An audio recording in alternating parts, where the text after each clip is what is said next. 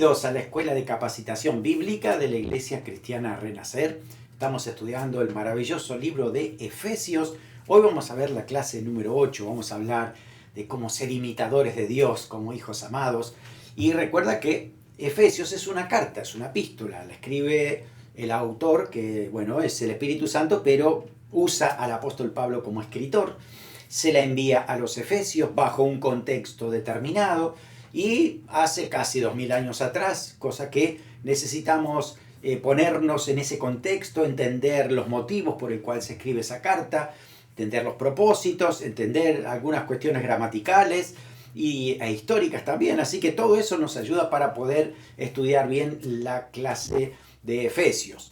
Así que toma un cuaderno, escribe, anota, toma apuntes y si tienes preguntas también anótalas y escríbelas aquí, mándamelas a pastoricre@gmail.com y te estoy contestando esa pregunta. No pierdas ninguna clase, recuerda que esto es una carta, así que desde el capítulo 1 hasta el 5 hay un 6 hay un hilo conductor de todo lo que estamos estudiando, así que si te salteaste alguna clase, véala porque es bien importante para ponernos al día con eso también. Muy bien, vamos a estudiar. Entonces hoy capítulo 5.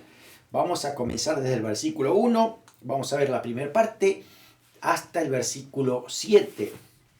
Dice así: sed pues imitadores de Dios como hijos amados, y andad en amor, como también Cristo nos amó, y se entregó a sí mismo por nosotros, ofrenda y sacrificio a Dios en olor fragante. Pero fornicación y toda inmundicia o avaricia, ni aun se nombre entre vosotros como conviene a santos, ni palabras deshonestas, ni necedades, ni truhanerías, que no convienen, sino antes bien acciones de gracias, porque sabéis esto, que ningún fornicario, o inmundo, o avaro, que es idólatra, tiene herencia en el reino de Cristo y de Dios. Nadie os engañe con palabras vanas, porque por estas cosas viene la ira de Dios sobre los hijos de desobediencia. No seáis pues partícipes con ellos. Bien, aquí estamos en esta primera parte que nos habla el apóstol Pablo acerca de lo que significa ser imitador de Dios como hijo amado. Usted sabe, si es padre, cómo nuestros hijos tratan de imitarnos a nosotros en todo. Los movimientos, las frases que usamos, el tono. Por eso nuestros hijos reciben todo de nosotros y ellos nos imitan, por muchos años hacen eso, hasta que, bueno, ya son grandes y hasta a veces les da vergüenza aquello que han imitado anteriormente. Pero la realidad es esta, ¿no? Los hijos deben imitar a los padres. Lo hacen por naturaleza, pero también los padres, entendiendo esto, siempre le piden a los hijos que hagan cosas que ellos están haciendo. No funciona decirle a nuestros hijos que hagan algo que nosotros no hacemos. Por eso debemos ser ejemplo también para nuestra familia. Por eso el apóstol Pablo dice: sed pues imitadores como hijos amados. Estoy pensando en que me olvidé la H, así que voy a poner la H acá. Truanerías. Ok, muy bien. El creyente, en su nueva manera de vivir para andar en santidad, tiene que imitar a Dios, imitarlo a Él. Ahora, ¿se ha puesto a pensar en esta propuesta que Dios nos hace, que lo imitemos a Él? Y uno dice, ¿cómo imitar a Dios? Siendo Dios tan grande, ¿no?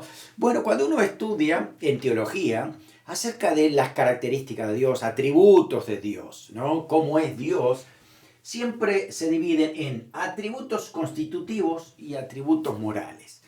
Atributos morales tienen que ver con la relación que tiene con toda su creación, y atributos constitutivos es lo que Dios mismo es en su esencia por ser Dios. Así que tenemos, por ejemplo, en estos atributos constitutivos que Dios es espíritu, que es eterno, es omnipotente, omnisciente, omnipresente, es infinito, sabio, soberano.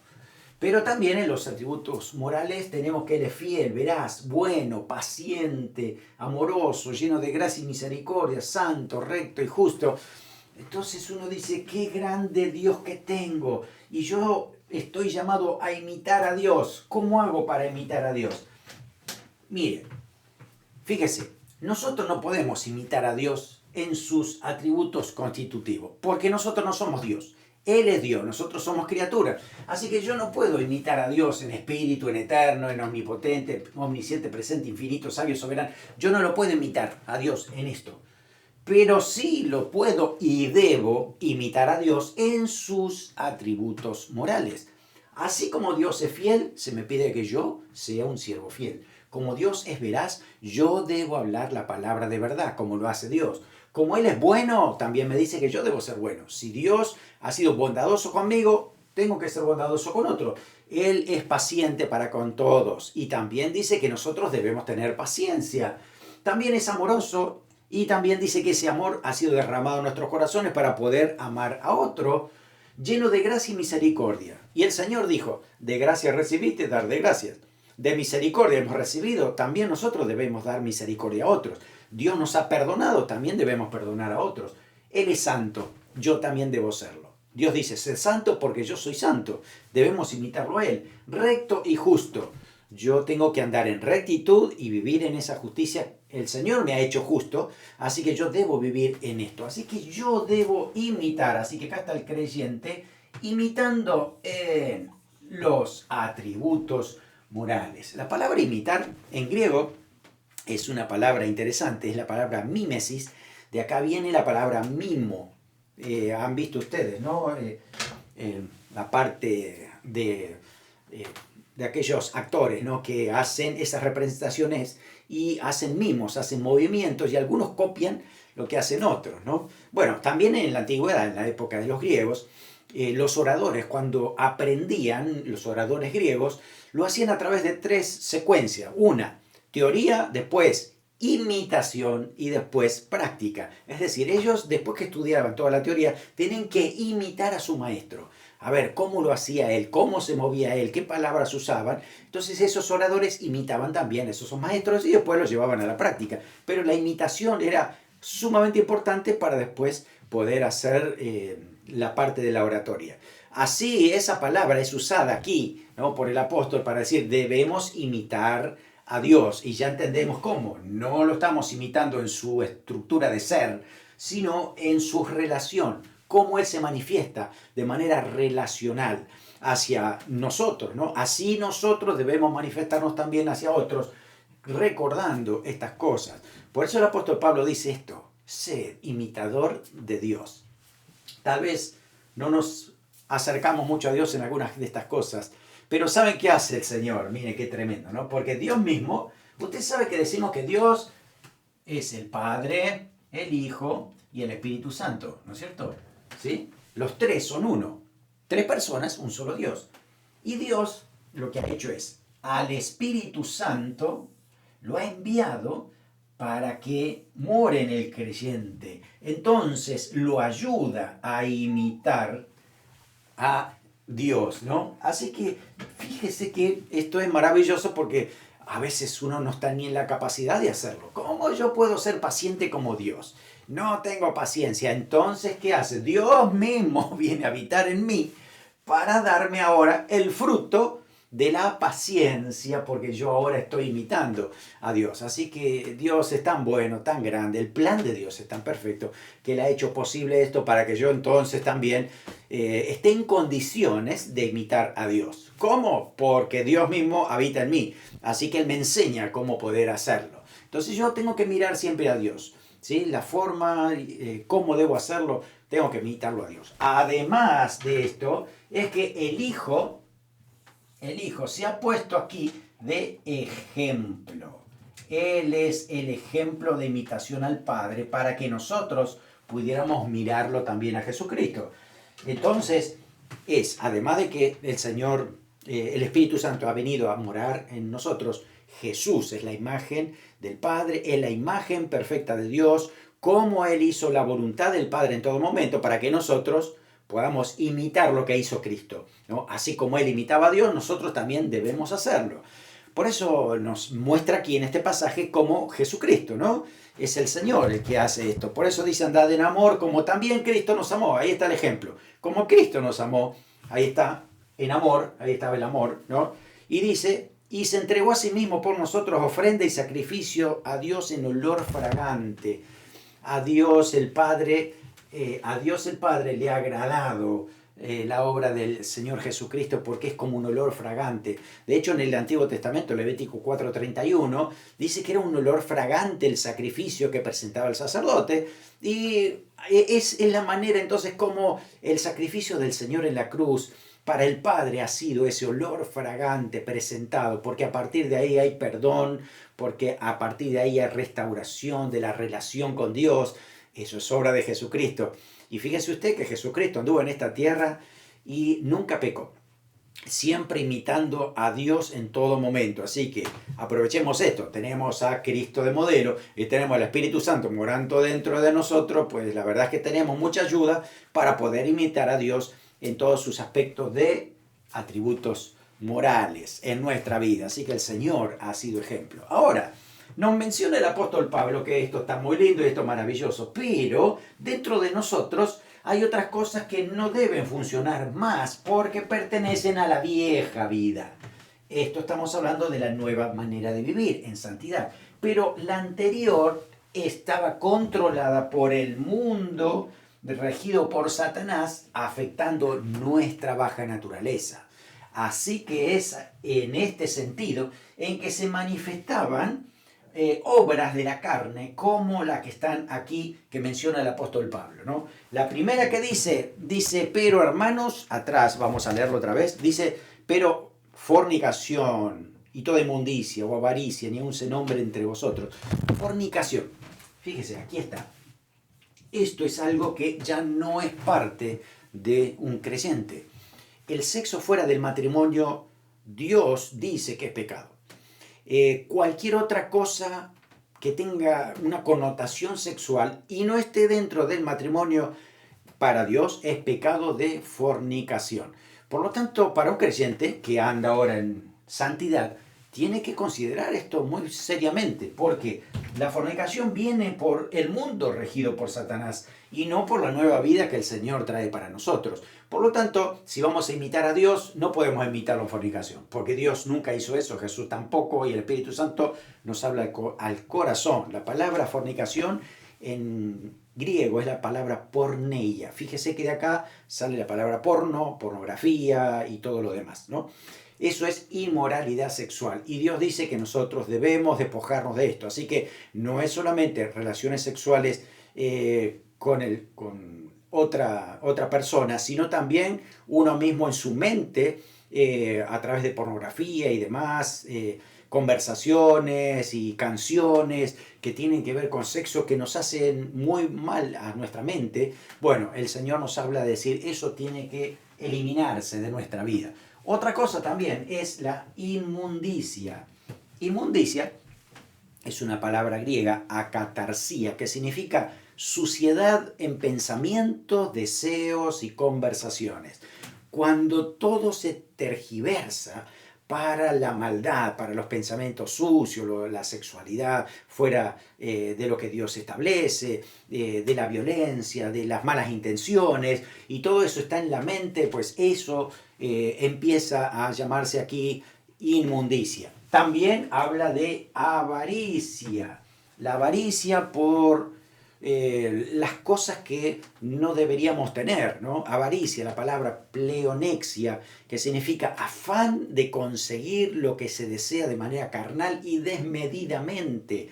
Así que el sexo, pecados de la carne, pero también cosas materiales, las cosas que tienen otras personas, el hecho de poder obtener posiciones sociales, políticas, económicas, y que uno lo hace con malas intenciones, inclusive tomando lo que le pertenece a otro, con un deseo tan descontrolado y desmedido, es algo que no debe estar en el corazón del creyente. Por eso ahí el apóstol Pablo lo dice definitivamente. También sigue hablando el apóstol y dice, palabras deshonestas no tienen que estar en nuestra boca. Así que no es solamente lo que pienso y lo que hago, sino también cómo yo lo digo, ¿sí? ¿Cuáles son mis palabras? Las palabras deshonestas, la palabra habla de indecencia, de obscenidad, de aquello que no edifica a otra persona. También dice, cuidado con las necedades, algo que tenga que ver con necio. La palabra es conversaciones necias, tiene que ver con esas relaciones necias, con todo lo que tenga que habla de una conciencia que está endurecida, que va en contra de lo que Dios ha establecido. Dice el necio en su corazón, no hay Dios. Todo lo que haga después es necedad. Si usted lee el libro de Proverbios, el sabio es la persona que tiene temor de Dios y actúa en base a ese temor, pero lo contrario es justamente el necio que cierra el corazón para lo que Dios ha establecido en su palabra, para andar por su propio camino, de manera cerrada, de manera ciega, y enfrentando las consecuencias que trae eso mismo, ¿no? Así que eso es necedad. Y truanería, con la H ahí en el medio, truanería es una palabra que no usamos mucho, o a lo mejor en la antigüedad se usaba mucho, este es un truán, ¿no? ¿Qué significa esto? La palabra en su original habla de una vivacidad de ingenio, rapidez y agudeza en las respuestas de malicia, no en las buenas intenciones, sino para las malas intenciones. ¿Vieron esos que se salen siempre con una respuesta que uno dice, ¿qué? ¿Cómo hizo para hacerlo de esa manera, ¿no? A lo mejor tienen salidas muy oportunas, tienen algunas salidas que pueden ser hasta muy chistosas, o formas de escaparse de una situación que uno no lo había imaginado. Entonces parece que fuera gracioso, parece que fuera inteligente, pero acá lo dice que es truanería. Este es un truán, porque lo hace para el mal, ¿no? Un sabio lo hace para el bien, pero hacerlo de esta manera, con esa perspicacia, con esa vivacidad, con esa agudeza para el mal, es justamente andar en truanerías. El apóstol dice que eso pertenece al mundo regido por Satanás y ya no va para un creyente. Yo me he despojado de eso para poder entonces ahora imitar a Dios y expresarlo de una manera diferente. Es que el creyente tiene otro estilo de vida, otra forma de vida, ¿no? Los paganos, claro, no les importaba, en este caso, por ejemplo, los efesios, construyeron todo un templo a la diosa a través de recoger ofrendas por la prostitución, ¿no? Ahí había sacerdotisas que entregaban su cuerpo y recibían dinero a cambio para construir ese templo. Entonces es como que en la población de los efesios había mucha cuestión mucha cuestión sexual mal usada fuera de, obviamente, lo que Dios había establecido y se había tomado como normalidad. ¿Les suena un poquito eso hoy? Bueno, estamos en unos tiempos donde nos acercamos mucho a las perversiones que había en esa época también, ¿no? Entonces, en esta realidad es que justamente el apóstol Pablo dice, nosotros no andamos por esa corriente, nosotros somos diferentes, actuamos de otra manera. Dice que hay cosas como esta, fornicación, inmundicia, avaricia, ni siquiera se menciona entre nosotros, ¿no? ¿A qué se refiere con esto? Es que muchas veces se habla haciendo alguna broma, algún chiste, algún comentario, pero para un creyente ni siquiera hay que tomar esto para ese tipo de chiste, de comentarios que no nos edifican, sino más bien nos hacen alejar. Y de hecho esos chistes y después empieza de la conversación, después a las acciones. Entonces hay que tener mucho cuidado. Porque aquí la palabra dice que hay que tener mucho cuidado porque las consecuencias son muy fuertes. Esto me lleva a una condenación. Fíjese lo que dice el 5. Porque sabéis esto, que ningún fornicario, inmundo, avaro, idólatra tiene herencia en el reino de Dios y de Cristo. No hay parte en la herencia de Dios. ¿Qué significa esto? ¿Que Dios no me va a recompensar, pero me va a mandar al cielo igual? No, significa que el que no tiene herencia en el reino, no pertenece al reino, va al otro lado. ¿Sí? El que no va al cielo, según la Biblia, va al infierno, no hay estado intermedio. Así que si yo no heredo con Cristo el reino, voy directamente a la recompensa de mi carnalidad que está en el infierno. Por eso es importante entender estos dos destinos. Creo que está muy claro para nosotros en la palabra de Dios, ¿no es cierto? Y un pasaje paralelo es 1 Corintios capítulo 6, del 9 al 10, donde el apóstol Pablo hace otra lista, no exactamente igual, pero con otras cosas que son hoy por hoy también muy actuales. Y dice, ¿no sabéis que los injustos no heredarán el reino de Dios?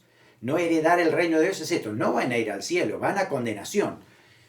Dice, ¿quién? A ver, no erréis, ni los fornicarios, ni los idólatras, ni los adúlteros, ni los afeminados, ni los que se echan con varones, hablando de homosexualidad, ni los ladrones, ni los avaros, ni los borrachos, los que toman alcohol y se pasan de línea, ¿no? Ahí está, ni los borrachos, ni los maldicientes, ni los estafadores heredarán el reino de Dios. Es decir, aquí hay una lista bien determinada y usted sigue leyendo el Nuevo Testamento y va a encontrar muchas listas de este tipo, hablando de lo que es el resultado de andar según este mundo, según la carne, según Satanás. Por eso es importante recordar esto y entender que esto es una manifestación de que yo no estoy imitando a Dios, que estoy imitando al mundo, que Satanás me está llevando por una corriente para la perdición. Debo cortar definitivamente con esto. Por eso el apóstol Pablo aquí nos está exhortando también a que no nos dejemos engañar con palabras vacías. Esto tiene una filosofía. Anótese eso por ahí. Aquí mismo, cuando estamos diciendo que todo esto aparece hoy por hoy, es porque el mundo con su filosofía hoy tiene toda una estrategia, ¿no? Claro, tienen argumentos científicos. ¿Por qué pueden abortar, por ejemplo, hoy por hoy cualquier persona? Porque para ellos, cuando todavía el bebé no ha nacido, no tiene vida. Hasta he escuchado que alguien ha dicho es como un parásito. ¡Wow! ¿No? Entonces, esa filosofía hace que la persona aborte sin ningún problema porque es lo que está respaldando este mundo. Ahora, cuando usted va a la palabra de Dios, se encuentra que mi embrión vieron tus ojos, dice el salmista, y que el Señor nos forma aún allí en el vientre de nuestra madre, entonces estamos en polos opuestos, ¿no? Entonces aquí es donde tenemos que darnos cuenta que la filosofía de este mundo engaña a la gente. Por eso dice que nosotros no debemos dejarnos engañar con palabras vacías, ¿no? Filosofías que enseñan a pensar con ligereza acerca de los pecados del cuerpo. En esa época los efesios tenían una filosofía que se llamaba gnosticismo, que venía de los griegos, y que se estaba metiendo en algunas iglesias, donde decía, bueno, nosotros somos formados por espíritu, alma y cuerpo. El cuerpo es malo y no hay nada que hacer. Lo que hay que hacer es enfocarnos en la cosa del espíritu, pero como el cuerpo es malo, pues démosle rienda suelta, total, es malo, pero lo importante es el espíritu. Y estaba mal, muy mal, porque la verdad es que el apóstol Pablo después en Tesalonicenses dice, y todo vuestro ser, espíritu, alma y cuerpo, se han guardado irreprensible hasta la venida de Cristo. Así que es una filosofía muy diferente, este gnosticismo, contra lo que dice la palabra de Dios. Así que tenemos que darnos cuenta de esto, ¿no? Que, bueno, el Señor nos ha dado la gracia como un don, como un privilegio, pero también esa gracia conlleva una responsabilidad, ¿no? El hecho de poder imitar a Dios y evidenciarlo también en nuestra conducta. ¿Qué pasa si yo sigo en esto? ¿Qué pasa? Aquí dice algo interesante y dice, nadie os engañe con palabras vanas, porque por estas cosas viene la ira de Dios sobre los hijos de desobediencia. No sé, pues, partícipe con ello. Ok.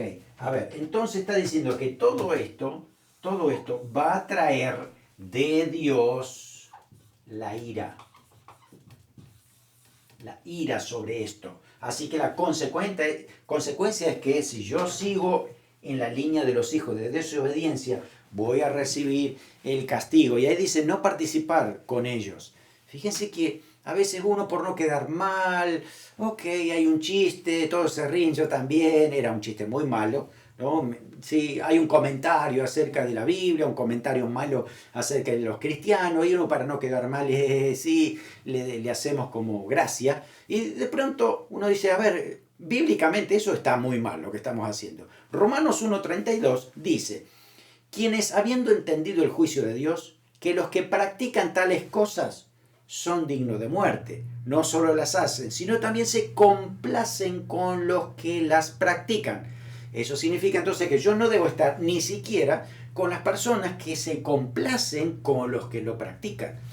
Mira, la verdad es que hay que desprenderse de los hijos de ira, porque si yo estoy haciendo o participo o me complazco o le doy una sonrisa a los que hacen estas cosas, entonces pueda que yo también reciba castigo. Así que cuidado para no recibir consecuencias de lo que significa estar bajo la ira de Dios, porque si no buscamos al Señor, aquí hay perdón, aquí hay restauración, aquí hay amor, pero acá no, acá directamente hay ira de Dios. Por lo tanto, cuidado, porque va a llegar un día, en el día de la ira, donde el Señor dice, pagará a cada uno conforme a sus obras.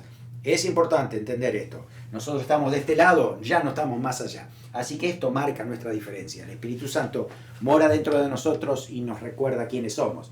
A ver, ¿cuál es la gran diferencia entre de aquí a acá y de acá a acá? Hagamos una línea tal vez, ¿no? Aquí. Desde aquí.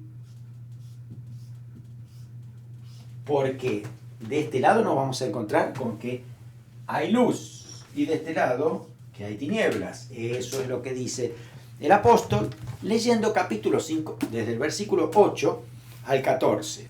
Porque en otros tiempos erais tinieblas, mas ahora sois luz en el Señor, andad como hijos de luz. Que se note, ¿no? Porque el fruto del Espíritu es en toda bondad, justicia y verdad, comprobando lo que es agradable al Señor. Y no participéis de las obras infructuosas de las tinieblas, sino más bien reprendedlas, porque vergonzoso es aún hablar de lo que ellos hacen en secreto, mas todas las cosas, cuando son puestas en evidencia por la luz, son hechas manifiestas, porque la luz es lo que manifiesta todo. Por lo cual dice, despiértate tú que duermes, levanta de los muertos, y te alumbrará Cristo. Tenemos entonces aquel contraste entre vivir en las tinieblas o vivir en la luz. Además dice sois, tiene que ver con ser, tiene que ver con carácter. Por eso es que el Espíritu Santo viene a morar en nuestra vida y empieza a transformar ese carácter para ser hijos de luz. No es que meramente hacemos cosas de las situaciones de la luz, sino porque nosotros somos ya hijos de luz. El Señor nos ha sacado de las tinieblas. Y fíjese que las tinieblas no son un reino, son una potestad. No va a ser cosa que creamos que hay dos reinos, ¿no? Como que está el reino de la luz y el reino de las tinieblas y son una polarización, que los dos son 50 y 50, no. No, hay un solo reinado y es Jesucristo y todo lo demás tiene que ajustarse a lo que Dios dijo. Pero sí la Biblia dice que hay una potestad de las tinieblas. Eso usted mismo puede encontrarlo en su Biblia, en Lucas capítulo 22, versículo 53. También lo puede buscar en Hechos capítulo 26, versículo 18. También en Colosenses capítulo 1, versículo 13. Y en esto habla de la potestad de las tinieblas. No dice reino de las tinieblas, dice potestad. ¿Por qué? Porque el diablo no es rey, el diablo es príncipe de este mundo. Entonces este príncipe tiene una potestad para que haya más hijos de ira al final de los tiempos. Es lo que quiere hacer esto el mismo Satanás, ¿no? Por eso, hoy por hoy, en las tinieblas se puede ver esto y mucho más. Hay muchas cosas que pertenecen al ocultismo. Y a veces nosotros, los hispanos, traemos mucho de nuestra cultura que realmente está fuera de lo que Dios dice. Y debemos ser drásticos con esto, radicales. Porque si yo traigo algo de mi cultura que pertenece al ocultismo, entonces tengo que desecharlo, porque la Biblia, que es transcultural, o para todas las culturas, supracultural, está diciendo que yo debo quitar todo aquello que pertenece al reino de las tinieblas, a la potestad de las tinieblas que estamos diciendo, ¿no? Y ahí es donde justamente uno tiene que decir, a ver, ocultismo, tarot, el horóscopo, las tablas de Ouija, ¿no? El Halloween, todo esto pertenece a la potestad de las tinieblas. Yo tengo que desechar todo esto porque ahora soy un hijo de la luz. Dentro de poco aquí se ha anunciado que en Boston va a haber una conferencia de satanismo, ¿no? Donde hay dos tipos de iglesias. Está la iglesia satánica, que realmente creen en Satanás, y está el templo satánico, que dicen que son ateos, que el diablo no existe, pero ellos van en contra de todo lo que dice el cristianismo, ¿no? Entonces, ambos están siendo usados por el diablo y pertenecen a esta potestad de las tinieblas, donde uno tiene que decir yo no tengo nada que ver con esto, al contrario, tengo que predicarles el Evangelio, para que ellos también vayan a la luz, sean rescatados, estén aquí. ¿No? ¿Por qué? A ver, la luz, ¿sí?, en el creyente, esta nueva manera de vivir, se expresa en la conducta. La luz se manifiesta en medio de las tinieblas. Así que esta conducta es diferente y lo muestra el apóstol aquí también en estos pasajes, diciendo que produce fruto, produce el fruto de la bondad. La bondad es la generosidad de espíritu, la benevolencia. Y fíjense que esa bondad viene también relacionada con que Dios es bueno. Si yo lo imito, también tengo su bondad. Así que la bondad de Dios hace que yo pueda acercarme a las demás personas para ofrecer el Evangelio de Cristo, para suplir sus necesidades, para amarlos y que ellos vean el amor del Señor en nuestras vidas. También habla de la justicia. Ser justo, ¿no? Si Dios es justo, yo también practico la justicia. Dar a las personas y a Dios lo que es debido. Ser justo con esto. Lo que es de Dios y lo que le corresponde a las personas, pues también lo haré. Y que nunca haya falsedad, ser recto, ¿no? Según lo que dice la palabra, pues esa es la decisión que tomamos. Andad en verdad. Dios mismo siempre es verdadero, Él es veraz. Por lo tanto, nosotros también lo imitamos a Dios en lo que es verdadero. Y habla de una verdad moral. No es solamente lo que se sabe que es la verdad, sino que es algo que yo hago, lo pongo en práctica. Ando en verdad, entonces manifiesto una actitud, una conducta que tiene que ver con la verdad de Dios. No ando mintiendo, ando diciendo la verdad, pero también hago cosas que corresponden a la verdad de Dios. La luz del Señor, como nosotros estamos así, también nos permite distinguir entre lo que le agrada a Dios, qué es olor fragante para Él, qué le agrada a Dios, ¿no?, y qué no le agrada. Por eso el hecho de tener al Espíritu Santo en nosotros, imitándolo a Dios, pues nos ayuda para poder distinguir entre aquello que le agrada a Dios o no. Tiene que ver con nuestras motivaciones. ¿Con qué motivo? ¿Por qué hago las cosas que hago? ¿Qué me mueve a hacer las cosas cada día de mi vida, ¿no? Eso va a manifestar también mis intenciones y eso es justamente la luz del Señor me ayuda a distinguir y a ver si estoy en el camino correcto y hago las cosas de acuerdo a la palabra. Así que hay discernimiento espiritual por el mismo Espíritu Santo. También la luz expone lo que está mal, lo que es malo, ¿no? Hace esa diferencia la luz. Cuando uno se acerca a la luz, nota más impurezas en uno mismo, manchas en la ropa, cosa que si estábamos en oscuridad, pues no se nota nada, ¿no?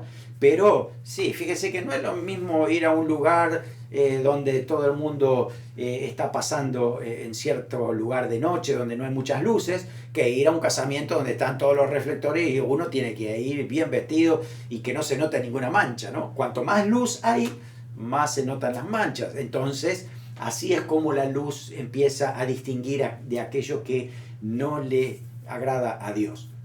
Dice que las tiendas orientales, en la época de los efesios, ellos vendían las cosas en cuartos que no tenían ventanas. Así que no había mucha luz allí. ¿Qué tenía que hacer la gente cuando tenías que comprar una tela o algún metal que debía estar bueno? Tenías que sacarlo de ese cuarto, sacarlo afuera, mirarlo bien afuera para ver si estaba bien o no, porque necesitaban luz, ¿no? Por eso en este caso es la luz manifiesta si esto es bueno, si no está bueno, si es una falsificación o no. Entonces así es como la luz del Señor también llega a nuestra vida y nos expone aquello que está mal para poder corregirlo. Así que nuestra vida puede ser limpiada, purificada por esta luz, porque esta luz es purificadora. Es una luz que produce cambios en nuestra vida. Así que todo lo ilumina, lo llena de luz. Y el apóstol nos termina con una frase ahí que en nuestra Biblia está escrita como si fuera algo poético, ¿no? Y aparentemente es una poesía que está escrita aquí. Algunos piensan que es una adaptación libre de Isaías 26:19 junto con Isaías 61, que dice: despiértate tú que duermes, levántate de los muertos y te alumbrará Cristo.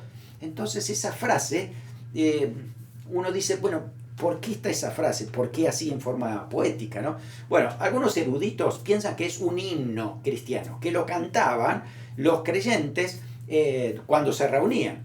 Otros piensan que los creyentes lo cantaban en el momento en que había bautismo. Cuando se bautizaban, entonces cantaban esto, ¿no? Despiértate tú que duermes, levántate de los muertos, porque justamente eso lo hacía el bautismo, ¿no? Y te alumbrará Cristo. Pero otros dicen que también es una alusión, un canto al momento de lo que será el rapto de la iglesia, ¿no? El arrebatamiento, cuando Cristo nos venga a buscar. Porque ahí justamente parece como que el arcángel Miguel tocaba la trompeta, ¿no? O el ángel, ¿no? Toca la trompeta para que comience el rapto. Entonces por eso dice, despiértate tú que duermes, levántate de los muertos, los alumbrará Cristo, que también podría ser una alusión a la segunda venida. No sabemos exactamente, pero sí es una canción, sí es una poesía que por lo menos a la iglesia de Éfeso les recordaba, la sabían, probablemente la sabían de memoria, por eso les recuerda justamente con esa frase el apóstol. Para nosotros es un llamado a despertarnos, despiértate tú que duermas. Así que estamos medio dormidos, hermano, aquí la expresión es esto, las tinieblas nos adormecen. Tenemos que estar en la luz de Cristo, despiertos las 24 horas espiritualmente hablando, ¿no? Para que Satanás no nos engañe. Romanos 13:11 dice, y esto, conociendo el tiempo, es que ya es hora de levantarnos del sueño. Y la palabra sueño en griego es hipnosis, fíjese usted, porque ahora está más cerca de nosotros nuestra salvación que cuando creímos. Satanás engaña, adormece, ¿no? Como que, no, esto no es tan malo, esto está bien, se puede, y resulta que nos lleva a la perdición. Entonces despertémonos, dándonos cuenta de la realidad que estamos viviendo para poder ir hacia adelante en la luz de Cristo y poder hablarles a otros para que también se acerquen a la luz del Señor. Capítulo 5 del 15 al 17, también el apóstol nos exhorta a ser sabios con el tiempo. Dice esto, mirad pues con diligencia cómo andéis, no como necios están allá, sino como sabios aquí, aprovechando bien el tiempo, porque los días son malos. Por tanto, no seáis insensatos, sino entendidos de cuál sea la voluntad del Señor. ¿Qué desea Dios? Debo andar en la luz para darme cuenta, porque misma luz me dice qué es lo que le agrada al Señor. Así que es una exhortación para vivir como sabios, no como necios. Los necios estaban de este lado. Los sabios saben aprovechar el tiempo. Hermano, estos tiempos también son malos, como en esa época también, ¿no? Porque la maldad está. Entonces tengo que entender que mi tiempo es precioso, tu tiempo es precioso. Debemos administrarlo correctamente, establecer prioridades. ¿Qué es lo más importante? ¿Cómo estamos alimentando nuestra vida espiritual, nuestra familia? ¿Cómo predicamos el mensaje a otros que lo necesitan? Aprovechar bien el tiempo. Que Dios nos ayude y también debemos ser prácticos en esto. ¿Sí? Si tú tienes una agenda, sea electrónica, sea de papel, úsala, administra tu tiempo. Sé bien organizado para que puedas aprovechar ese tiempo para honrar el nombre del Señor. Y por último, nos deja un llamado para ser llenos del Espíritu.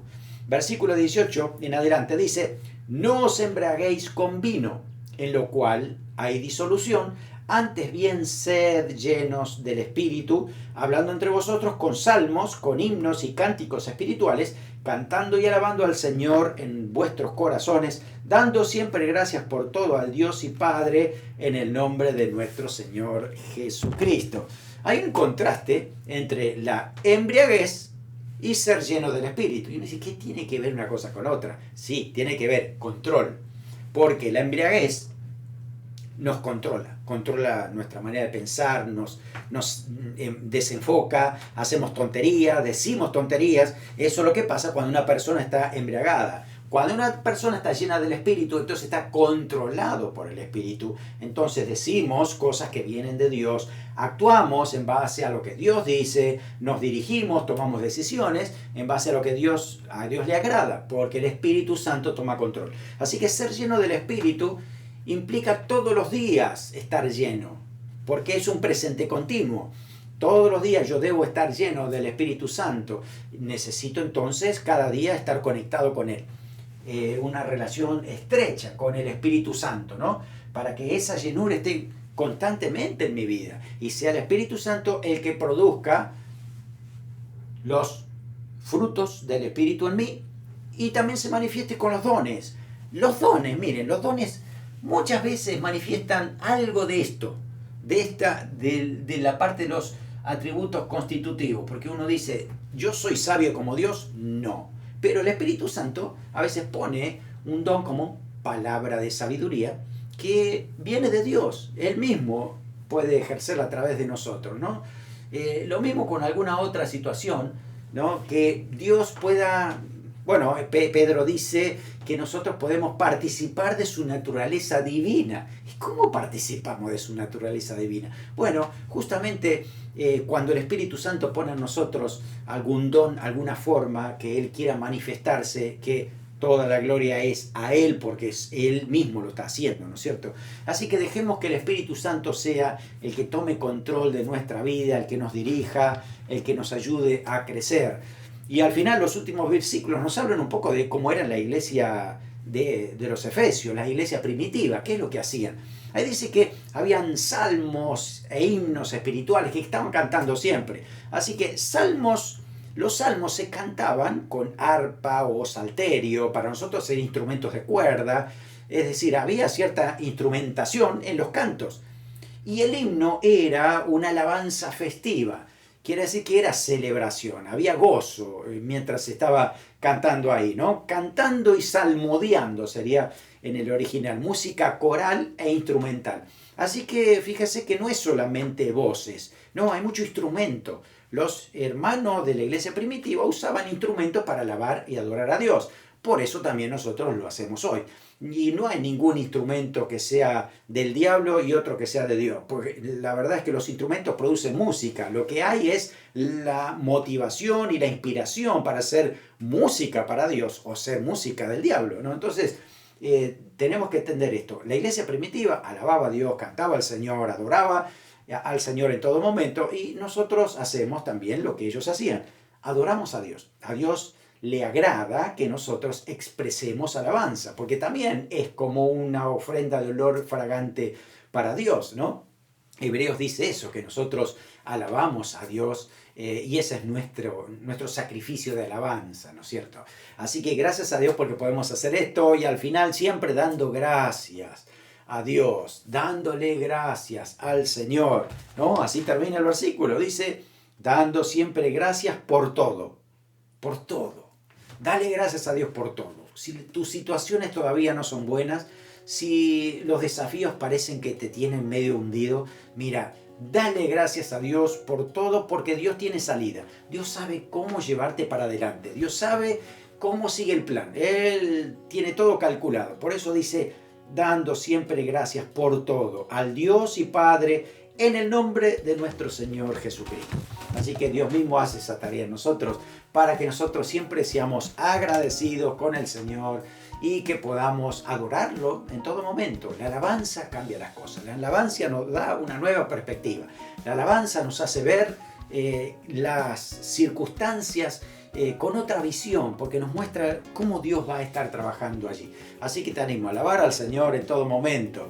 Y recordar entonces, Efesios 5, 1 y 2 dice, sed pues imitadores de Dios, como hijos amados, y andad en amor, como también Cristo nos amó y se entregó a sí mismo por nosotros, ofrenda y sacrificio a Dios en olor fragante. Así que el Señor es el modelo a seguir, el ejemplo, y de hecho el Señor vive dentro de nosotros a través del Espíritu Santo. Oramos. Señor, gracias te damos por tu palabra, gracias porque nos has dado luz, nos has quitado de las tinieblas y nos has puesto en la luz para agradarte a ti. Gracias porque has enviado tu Espíritu Santo también a nuestro espíritu para que haya una conducta diferente.